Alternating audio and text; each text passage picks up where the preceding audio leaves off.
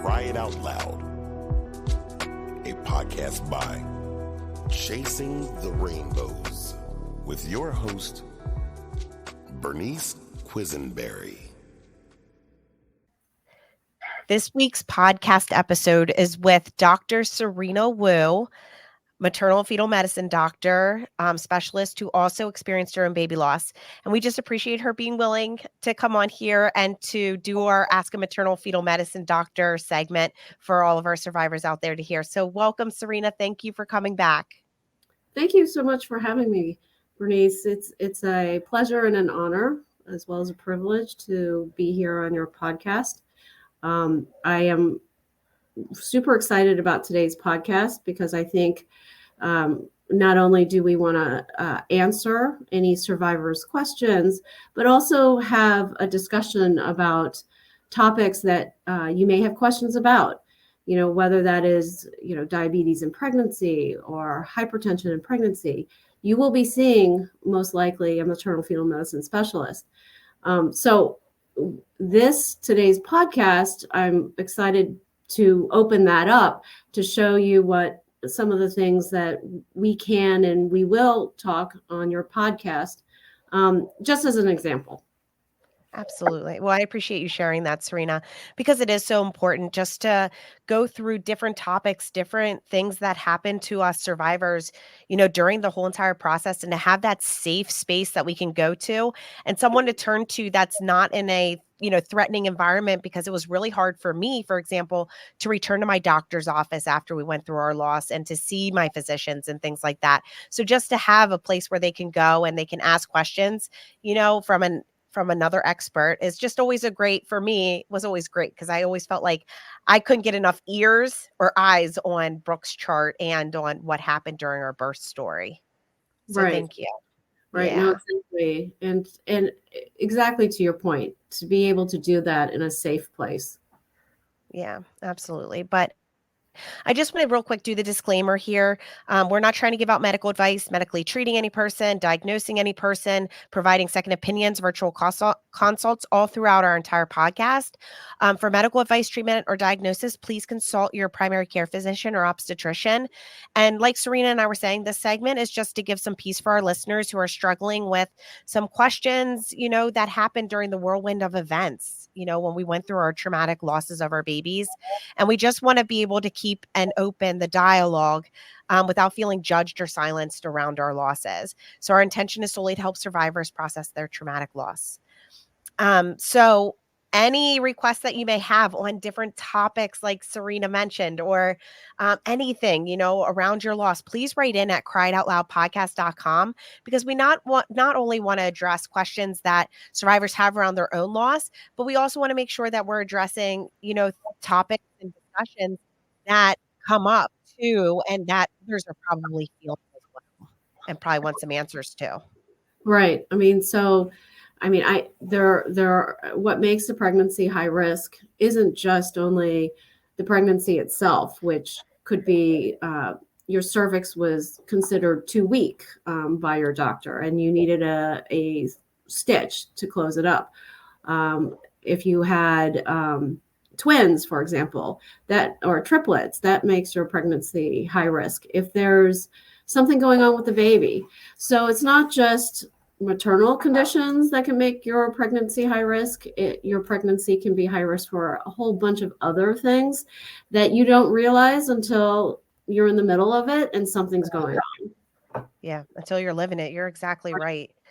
Yeah, Serena, absolutely. And I think after losing Brooke and thinking about, trying to get pregnant again, or, what that kind of looked like, I felt like after our loss, we got a lot of unsolicited advice, and then some solicited advice too, from like friends, colleagues, loved ones, that were coming at us at all different angles about, well, you should ask for this, or you need to do this, or that you should handle this differently in pregnancy. And it was like, whoa, like pump the brakes a little bit. It's a little overwhelming, because, we're still trying to process our loss on top of considering having another baby, and they're two separate babies. So, we're still grieving one, and then considering going into another, pregnancy where it ended in the worst case scenario possible previous. Right. So. Right. I'm sure that everybody was helping or thinking they're helping by giving Yeah. you advice on what to do next.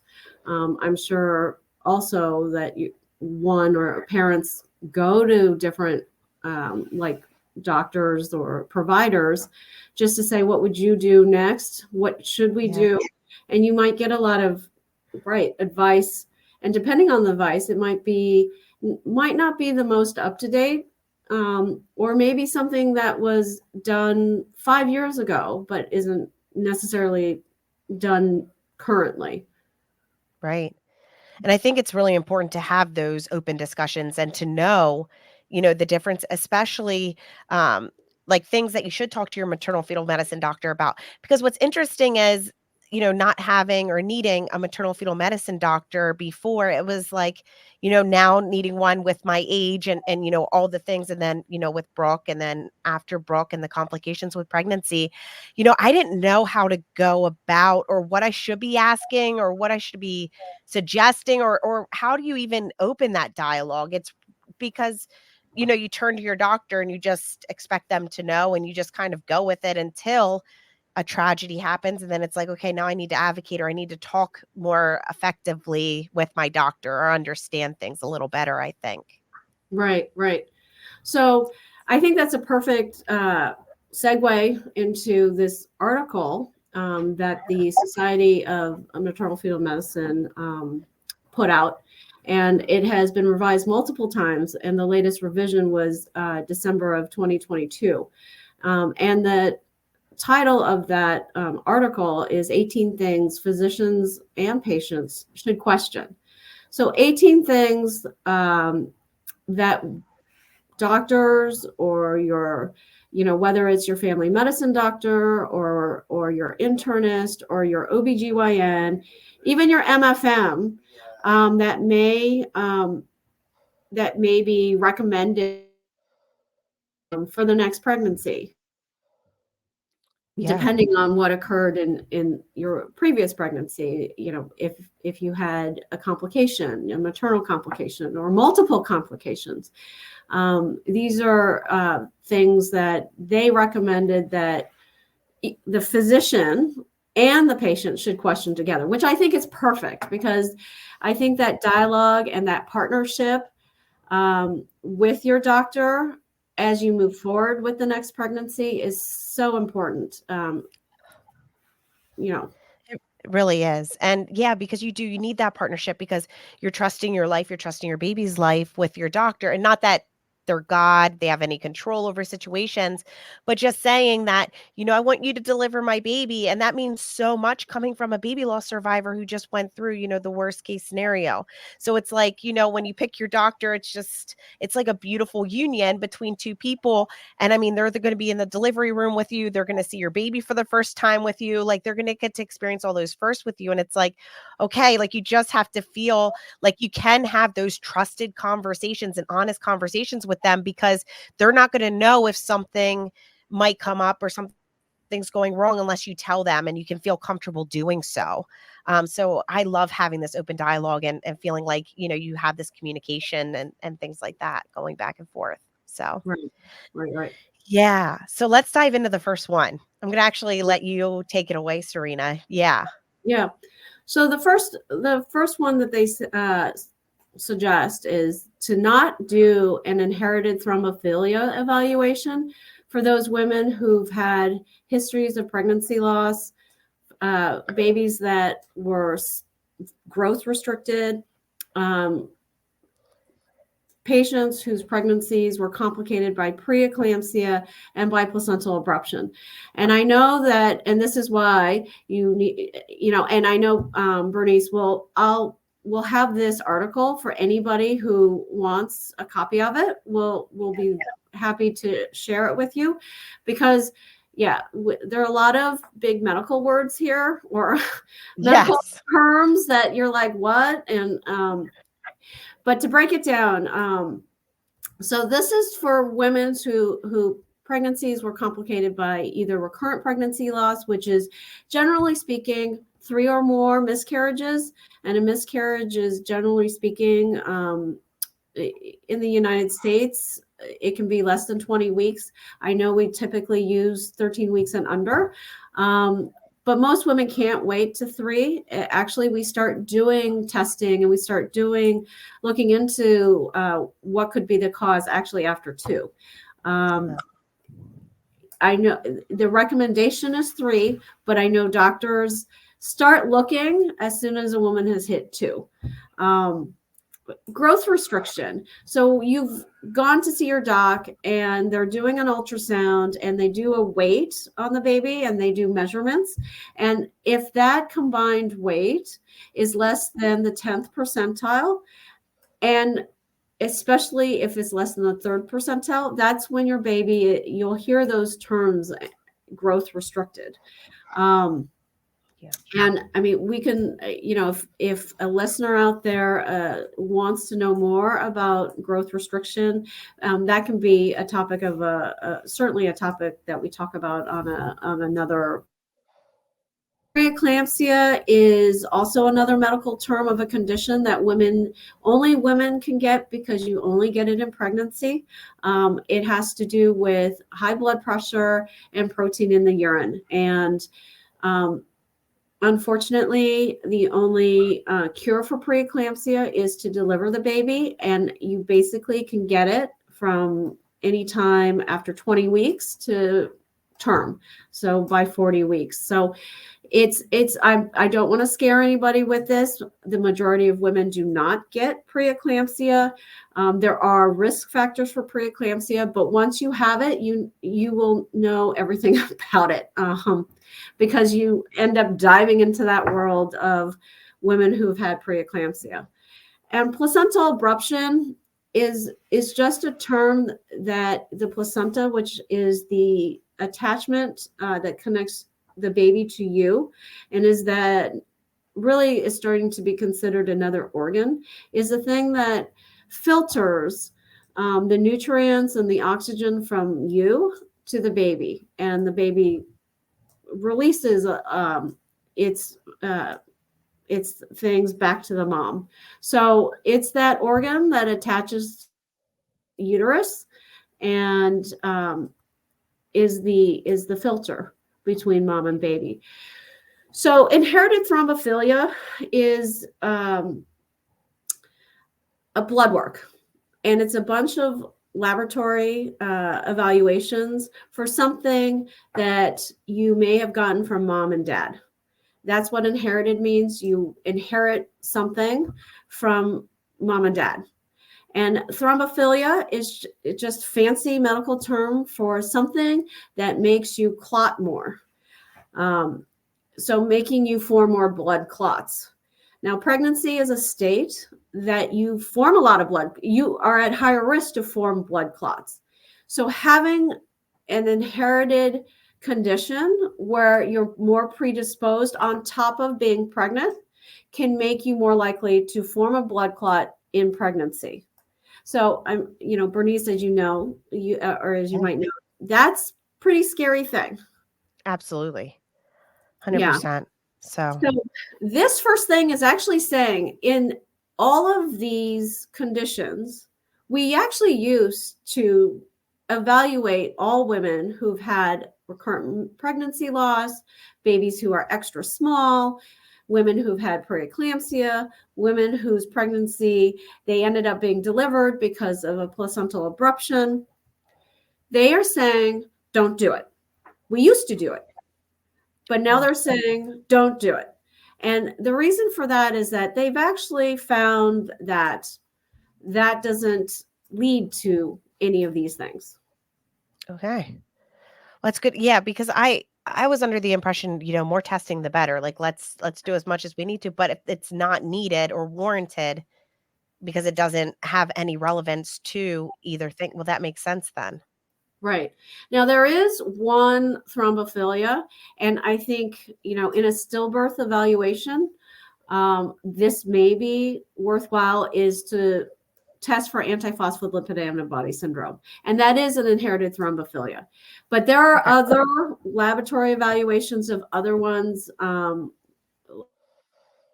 may have heard of, like MTHFR, is an acronym for methyl tetrahydrofolate reductase deficiency.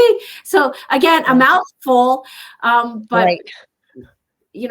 Women come to my office and they have this huge workup of all of these things, and in the end, depending on their history, they might not need it. Yeah. No, that's good to know. Absolutely. Wow. Yeah. Okay. A lot of information in Right. I know. I'm like trying to process it all, to be honest, and all the terminology. But I'm so grateful that you broke it down too. Thanks, Serena, for explaining that. Just because for someone like me, I need to understand and actually get a better picture. So I love that you did that.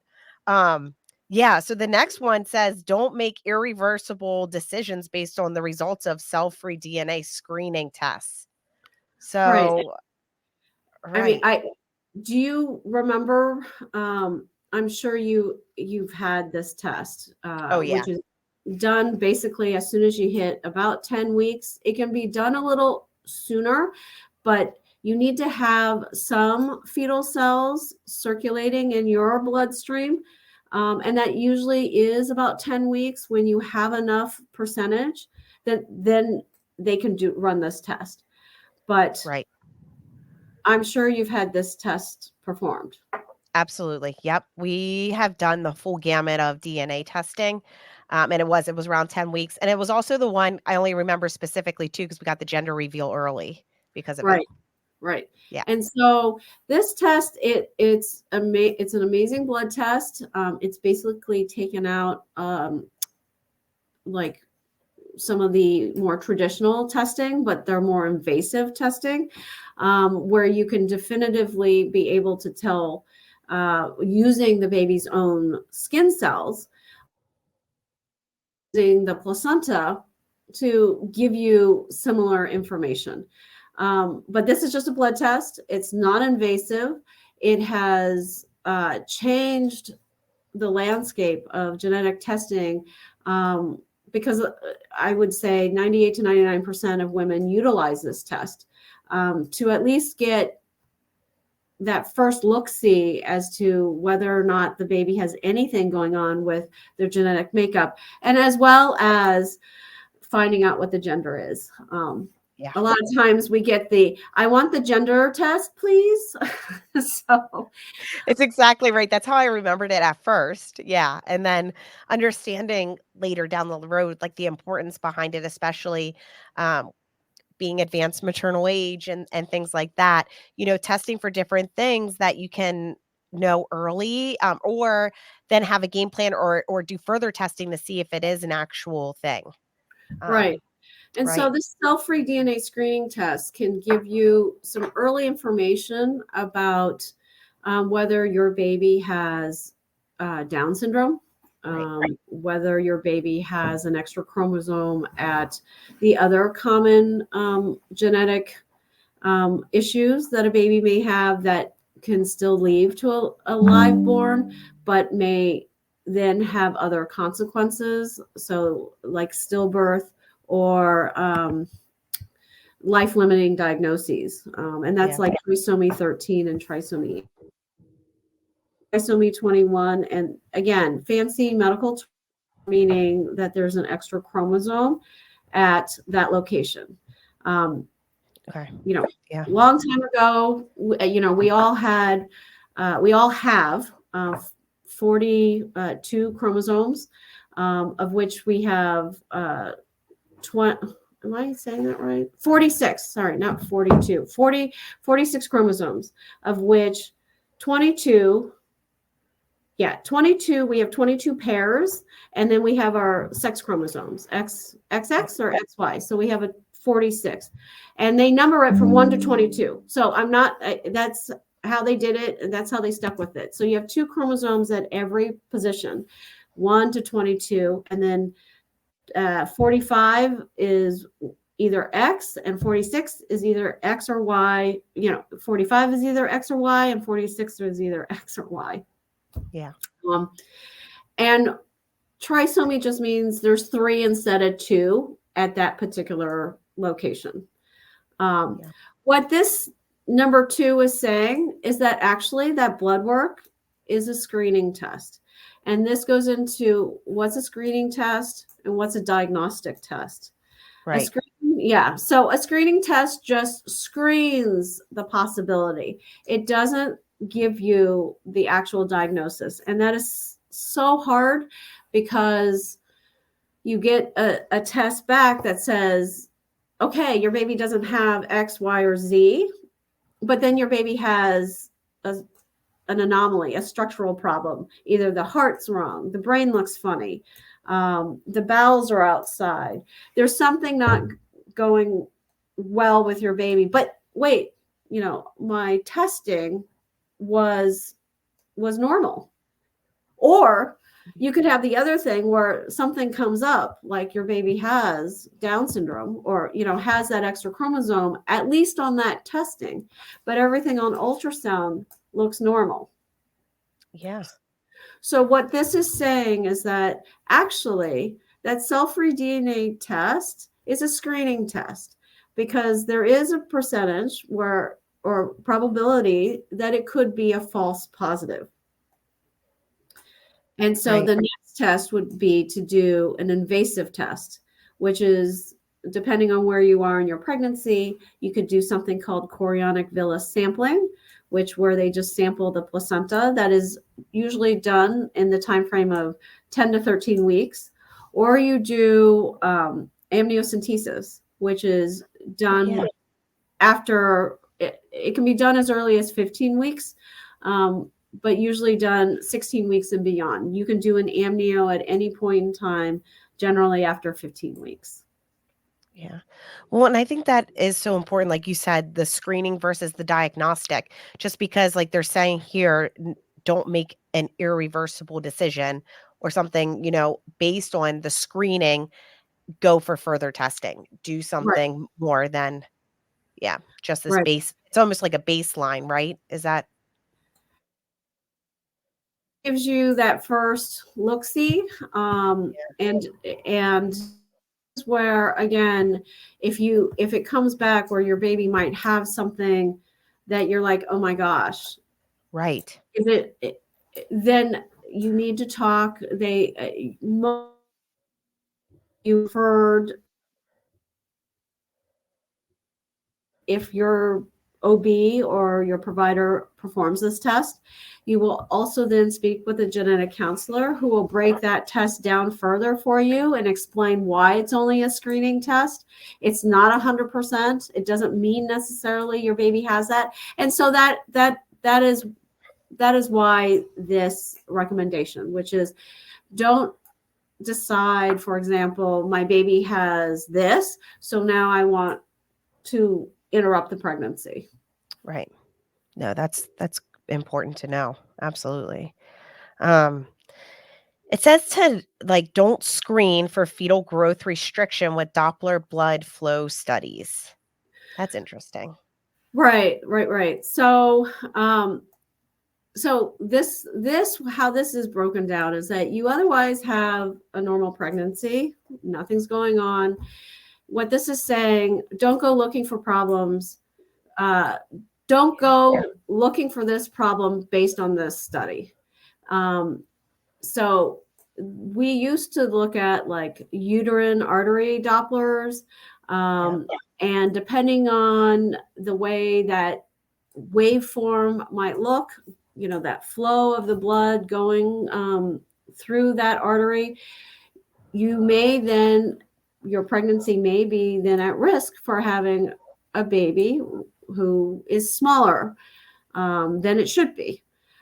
This is just saying, don't screen for that using that blood flow study. And, the reason for that is that there's just, it's just not, it's just inconsistent. So the research that has been done has not shown that it's been positively associated, that the abnormalities in those blood flows doesn't necessarily mean that you're going to have a baby that's growth restricted. So they're just saying, don't screen for that. Okay. No, that's good to know too. Absolutely. I'm telling you, these are great. I mean, things to know, things that, you didn't think about or didn't know previously, or things that you were tested for, and now it's not like you said, even after a couple years, it becomes the way medical goes and how quick it changes, and research is done. Um, it's interesting. Right. And I mean, with Google, the internet, I mean, we are all Right. looking for information, and we we are looking for reasons as to why this happened to us. Why did I end up with Right. preeclampsia that then led to me being delivered early? Or, why did I lose my baby? Could it be because I had this or that? And then, okay, now I'm being told I need, my doctor wants to do this for me. Is that really truly beneficial, or is it something that I don't need, and maybe we do something different? Absolutely. Yeah. Yep. And it says like here too, um, don't use progesterones for preterm birth prevention and uncomplicated multi-fetal gestations.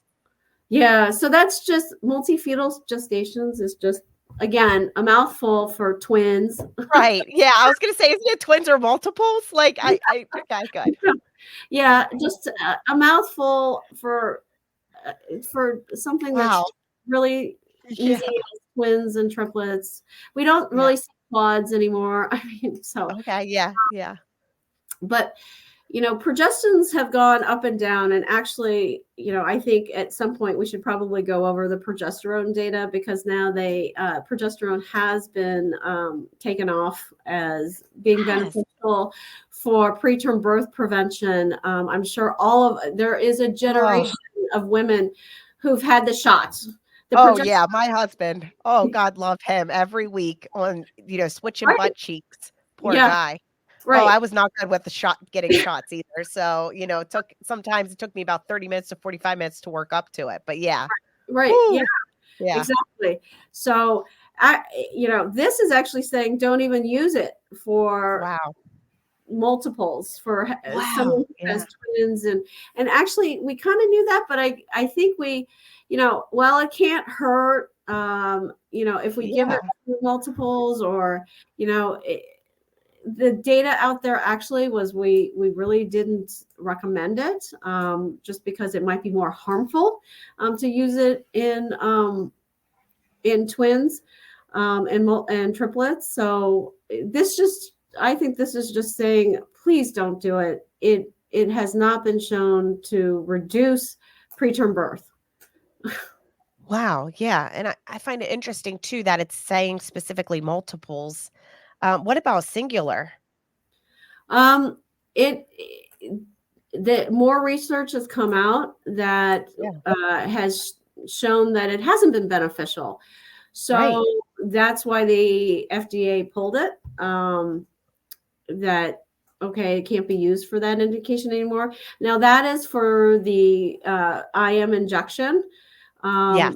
They did not pull the vaginal preparation. Suppositories. Yeah. Yep, yep. So that is still being used. Um, and really, we Okay. use that for, I mean, typically in the past for short cervixes. So someone Yep. comes in with an unexpected short cervix, we still use vaginal progesterone for that. I know that people have been using it for prior preterm birth, even without a short cervix. So going to that instead of having the injections. Okay. Wow. Oh my goodness. Well, this has been great, Serena. We're at, our time for this week's segment. So we'll have to continue on this article. We'll probably need about, two more parts of this together. But this is just also important, not just around, the four different topics that they're mentioning in this article, but then also opening up the deeper discussion to even dive in more to abruptions and preterm progesterones and all of that stuff, things that it just opens the door for so much more. And I can't thank you enough for that. Right. And as we were going through each one, I'm like, okay, I need to stop talking, because we are only on question 1, or the first thing. I'm like, oh my God, I took up 10 minutes just trying to explain what, because it is a mouthful. And then it's like, wait a second, what are they actually asking, or what are they actually saying? And you do need to bring this to your doctor and say, okay, spell it out for me, because all of these medical terms, I need it broken down. I need you Absolutely. to tell me what it means. But I Well, think yeah, I always say dumb it down for me. And not because I'm dumb. It's just like, honestly, I can't use medical lingo, like, especially when that was floating around during a tragic, traumatic event that was happening with Brooke. And like they were throwing out medical terms, like all the medical team around me. So it was like yeah, whenever I was hearing those medical terms, it was a lot. I was like, "Ooh, okay, let's it's just a lot to process." So it is good to take these. I love that advice that you gave. yeah, yeah, yeah. Absolutely. Yeah, we only got through let's see, about 20%. Yeah, well, Serena, thank you so much for coming on, for opening this dialogue, for starting these conversations. It's a great starting point, especially for someone like me. When I was thinking about conceiving or trying to conceive after our loss, where do we go? What's the game plan for next time? And just having a list of things and talking to my doctor about it and my maternal fetal medicine team just means so much. So thank you for being here. Thank you. I mean, I think I really love this article, and I didn't realize how much I would have to break it down, because to me it's like, like it's hard. And Yeah. there's so much in each one. I mean, of course, I'm reading it through going, oh yeah, yeah, yeah, yeah, yeah. And then actually now talking it through with you, I realize, wait a second, it's not so easy as that. Right. It's not as straightforward But as I love as I would think. Yeah, yeah. But I love this, and I can't wait for part 2 and probably part 3 of Yeah. this article. Oh, well, thank you so much, Serena. And thank you so much, listeners and survivors, for tuning in. Please follow and subscribe to our podcast so we can help reach as many survivors as we can, so they can find our podcast just to hear about different topics and about, living after loss and what that looks like, to know that they have a community of survivors behind them. So we are always with you, fertility loss, pregnancy loss, and baby loss survivors. Thank you.